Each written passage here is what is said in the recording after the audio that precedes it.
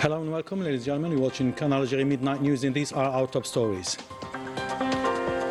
The Director of the Cabinet at the Presidency of the Republic presided over a conference dedicated to the presentation of draft technical amendments to the Constitution and organic law relating to the electoral system.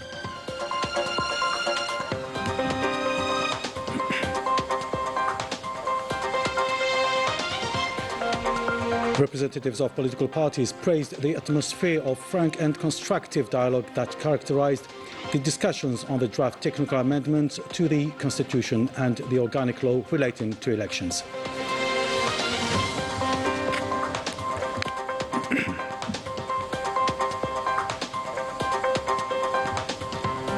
And Algeria strongly condemns the unacceptable lies and insults against Algerian state and its institutions contained in what was falsely presented as a documentary on the public channel France 2.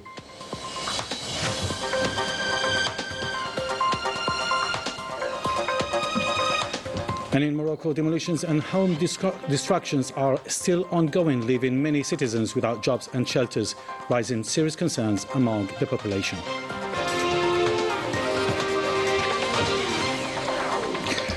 Welcome back. Mandated by the President of the Republic, Hamid Tebboune, the Director of the Cabinet at the Presidency of the Republic, Boualem chaired a conference this Saturday at the Hall of the Nations to present draft technical amendments to the Constitution and organic law governing the electoral system in the presence of Prime Minister Sefir Riyeb.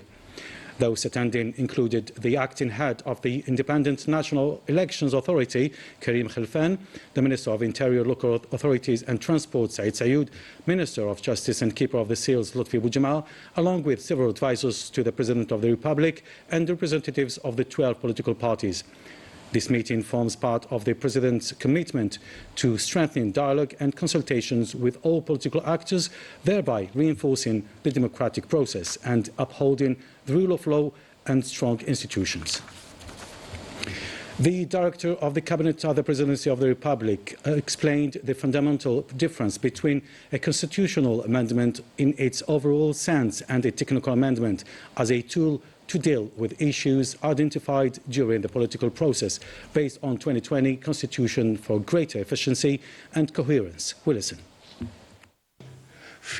Constitutional amendment in all countries of the world and from a comparative perspective is a tool used to respond to the need to keep pace with political or social changes, economic development, the strengthening of human rights, the reorganization of public authorities, the management of specific crises or compliance with international agreements.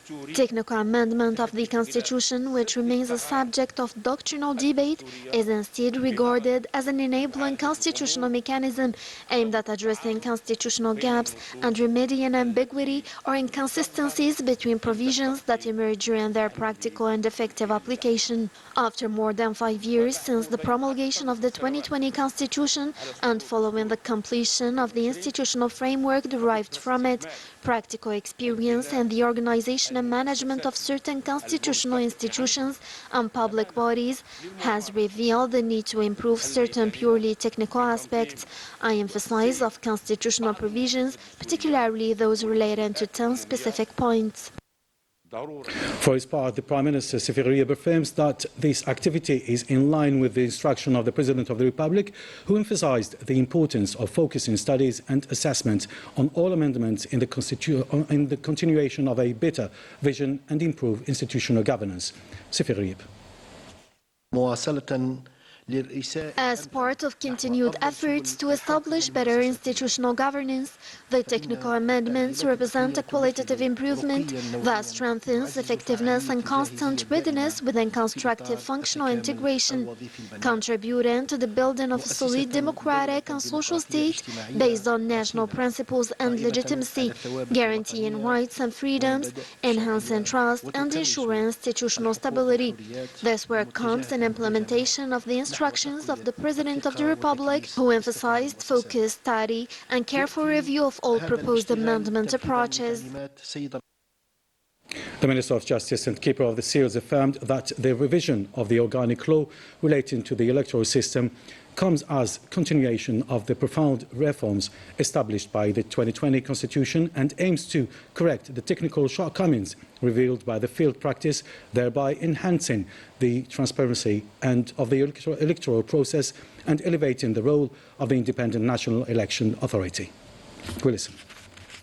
لقد شكل الأمر المذكور The mentioned law, which includes the organic law in elections, marked a decisive turning point in our country's history through the comprehensive reforms it introduced, particularly by encouraging youth participation in political life, ensuring equality between women and men in candidate lists, and enhancing transparency in electoral processes by excluding corrupt money. However, the various electoral events experienced by our country revealed certain shortcomings that indirectly affected the proper functioning of the electoral process. Addressing these purely technical shortcomings and correcting the various imbalances required a new vision through the revision of the legal framework governing the electoral system. The review of this framework primarily aims to enhance the role and performance of the National Independent Authority for Elections and to regulate its relationship with public authorities involved in the electoral operations. For his part, the Minister of Interior, Local Authorities and Transport affirmed that the revision of the organic law on the electoral system fall within a practical approach aimed at elevating the logistical burden on the Independent National Election Authority, while fully preserving its independence and constitutional power, thus ensuring greater efficiency in organising elections. We listen. Given the scope of responsibilities assigned to the National Independent Authority for Elections, it has become necessary to review the provisions of the current organic law on the electoral system in order to introduce qualitative additions and new provisions aimed at strengthening the democratic electoral achievement represented by the National Authority, by preserving its independence and enabling it to exercise its constitutionally enshrined powers related to the preparation, organization, management and supervision of electoral and referendum processes, while assigning the tasks of providing the necessary material and human resources for the optimal performance of its duties to the services of the Ministry of Interior. Responding to journalists' questions about rumours surrounding the postponement of the presentation of technical amendments to the Council of Ministers attributed to the absence of the Minister Delegate to the Minister of National Defence, Chief of Staff of the People's National Army, the Director of the Cabinet at the Presidency of the Republic, explained the real reasons for these postponements. We listen.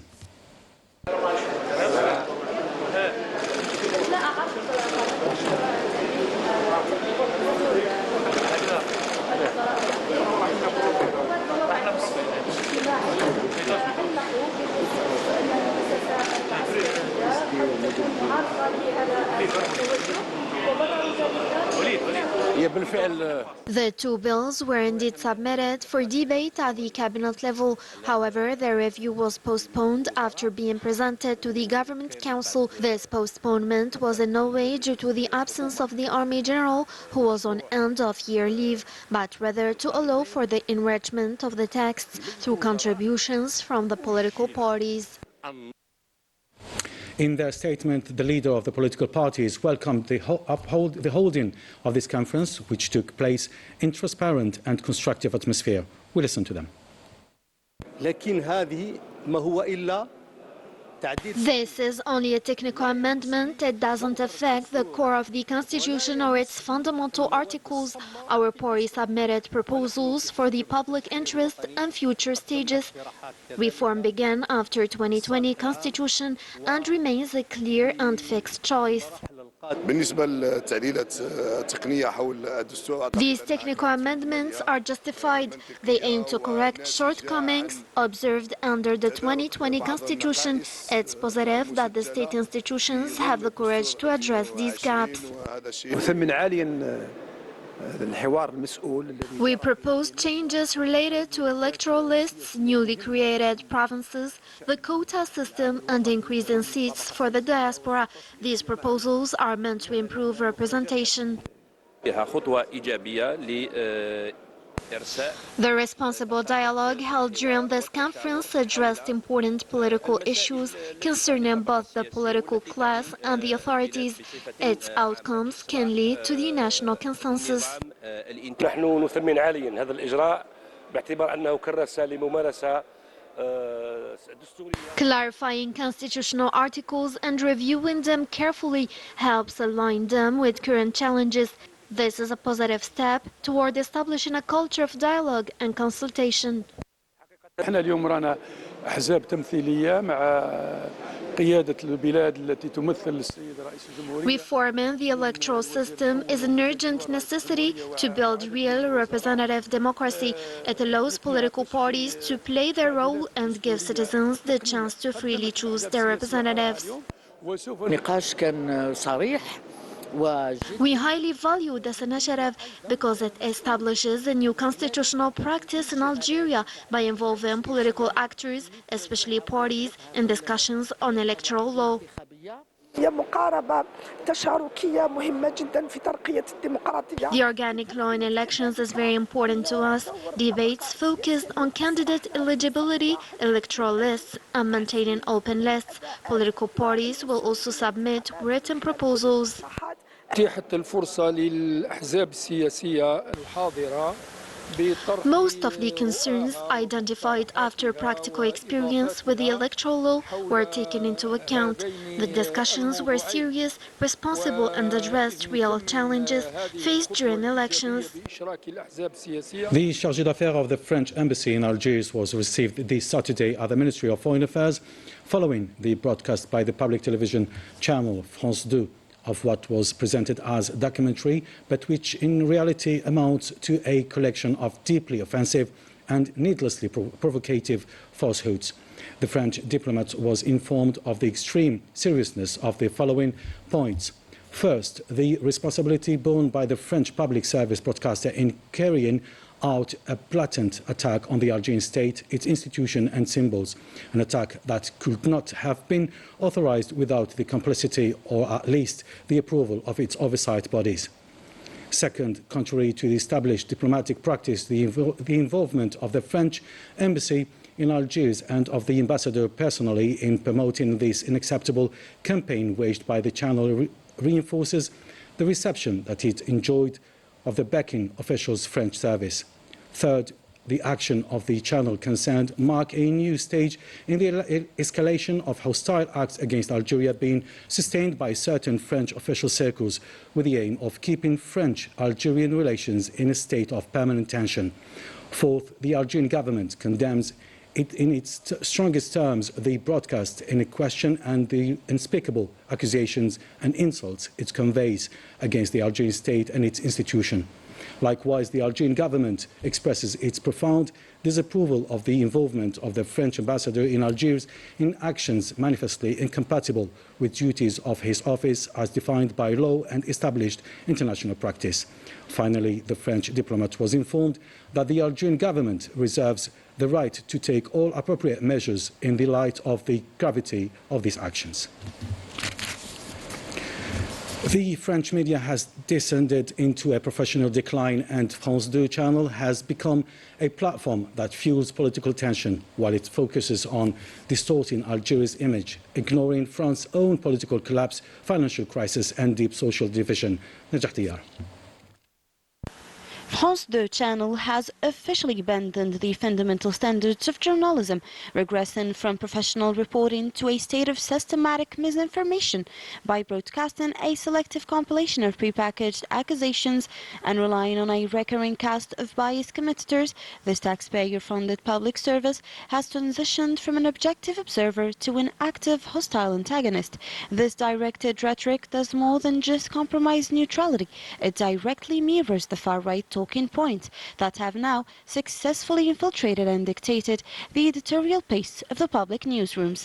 If the French public media truly aimed to practice journalism in its real sense, it would turn its lens inward toward France's own crisis.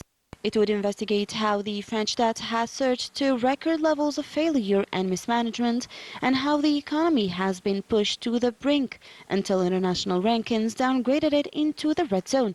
It would ask who exhausted the legitimate authority, who turned parliament into a theater of paralysis and endless conflict, and who allowed the far right to move from the margins into the center of decision-making and the media. Instead of confronting these realities, the French media chooses to deflect attention by inventing external conflicts and fabricated enemies, chief among them Algeria, in an attempt to repair a deteriorating domestic image and a political compass that has lost its direction. Algeria, with its history and satire, it's not a topic for cheap media exploitation or a battleground for political score settling. Facts cannot be manufactured through fabricated reports, nor can they be shaped by staged images and distorted narratives. What extremist rhetoric failed to achieve will not succeed through public screens or weakened editorial standards. This represents yet another blow to the credibility of those who trade in words and positions, turning journalism into propaganda and manufactured outrage. An unhealthy obsession with the Algeria file has transformed coverage into repetitive sensationalism, devoid of professional rigor and informational value, confirming that some French channels no longer report the news, they distort it. And the state-led rise in homes and businesses in Morocco has triggered a humanitarian crisis, stripping citizens of their livelihoods and educational stability while fueling intense public resentment. Najat Diyar once again. Years of hard labor have vanished in mere hours as the Mahsen expands its demolition campaign from residential homes to commercial shops and artisan workspaces. This wave of destruction is stripping thousands of families of their only income, sparking intense outrage across the Moroccan street. And despite the biting cold, the state continues these operations, leaving merchants and craftsmen to denounce a situation that has devastated their livelihoods and fueled widespread public anger. We lost everything. How are we supposed to survive now? I lost my business. It was my whole life. Today I don't know how will I feed my family. Everything was taken from us overnight. Everything was flattened. How are these families going to survive? Left to fend for themselves without compensation or alternatives, vulnerable families are facing a humanitarian crisis as winter evictions leave them stranded. These actions by the authorities are stripping children of their fundamental right to education and basic stability.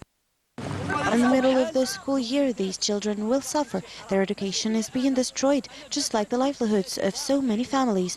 Homes, businesses, everything is disappearing without explanation or solutions. This is unjust. My children, I don't know how they will continue their studies. Everything is destroyed, and I can do nothing. Total upheaval in Morocco has taken hold as the destruction of markets and the expulsion of families turn entire lives upside down. That was the Midnight News. On behalf of all the team that made this broadcast possible, I do thank you for watching us. Stay tuned on Canal Algérie. Bye for now.